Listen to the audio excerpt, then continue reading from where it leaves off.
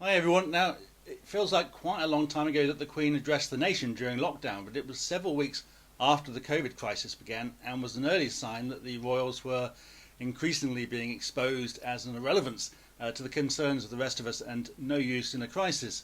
Now, since then, Kate and William have been ploughing a lonely furrow in their efforts to stay in the news and maintain the pretense that what they do matters. Not known for self-reflection and rarely told they're wrong by those around them, it's not a big surprise that the royals then decided to jump on the royal train and head off on a whistle-stop tour of the UK early this week, apparently keen to boost the morale of whoever they had arranged to meet on the way. Understandably, this trip drew a lot of flack given that they were crossing the Scottish and Welsh borders in an apparent breach of COVID restrictions. They say it wasn't a breach because they were working, but this is their idea of work. It's work that they chose to do, which they weren't required to do, and which achieved nothing that made the risk it posed to others worthwhile. And we need to be clear that this was about royal PR, not morale boosting, so really a bit of a PR blunder that underscored the irrelevance of the royals during this crisis.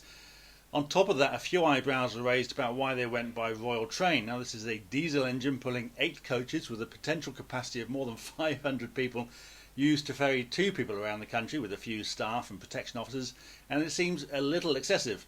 And what am I talking about? It is ridiculously excessive and completely mad. Having their own train is a bit weird anyway. It's like a Batmobile on tracks. Last year, a trip taken by the Queen from London to Scotland cost the taxpayer in excess of £22,000. That's right, just one trip to Scotland, £22,000.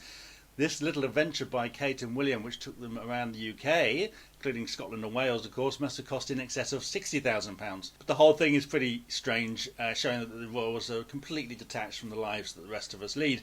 Now, I'm sure the selected people that they met on the trip enjoyed meeting the couple, but that's not really a justification for this kind of nonsense. There's rarely an easy way to say no to royals. They're an odd bunch and pretty self-absorbed, which is hardly surprising given the family that they're born or married into.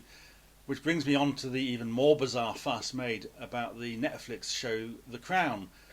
Now, royal fans didn't much like the portrayal of the royals, so started jumping up and down and complaining, and then someone came up with the novel idea of putting a warning at the start of the show, making it clear that this was a work of fiction, not fact. Now, Netflix has, of course, declined to do that, perhaps for the obvious reason that it's very clearly a drama played by actors. It's not a documentary, and no one has ever suggested it is. That said, a lot of the defence of Netflix seems to be, of course it's fiction, no one is suggesting the royals are really that bad, but I think the drama is suggesting that they are that bad, needy, unkind, obsessed with status and rank, and that's probably an accurate portrayal, certainly by all the anecdotes and stories that I've seen over the years, which is why the monarchy's defenders were so keen to suggest otherwise.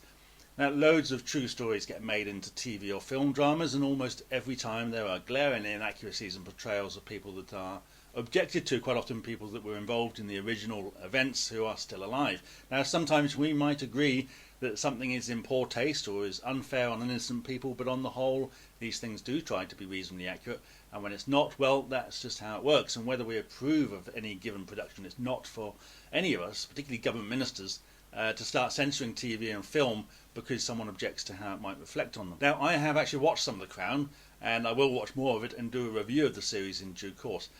But I will say this for now, it is a well-made drama, it's got a great cast, the stories of the royals are pretty dull, to be honest, given what they have to say to each other in private, and what they do in public is of no great consequence. The show does get more interesting by weaving in stories about politics and politicians and the big national and international events of the time. So watch it with a healthy dose of scepticism, but from what I've heard over the years, I say the portrayals are not far off, and perhaps even too kind to them. So that's it from me for now. Don't forget to get over to republic.org.uk where you can find out more about the campaign, the issues, and how you can get involved. Very soon I'll also be telling you how you can take part in one of these YouTube programs. So more on that very soon. Bye for now.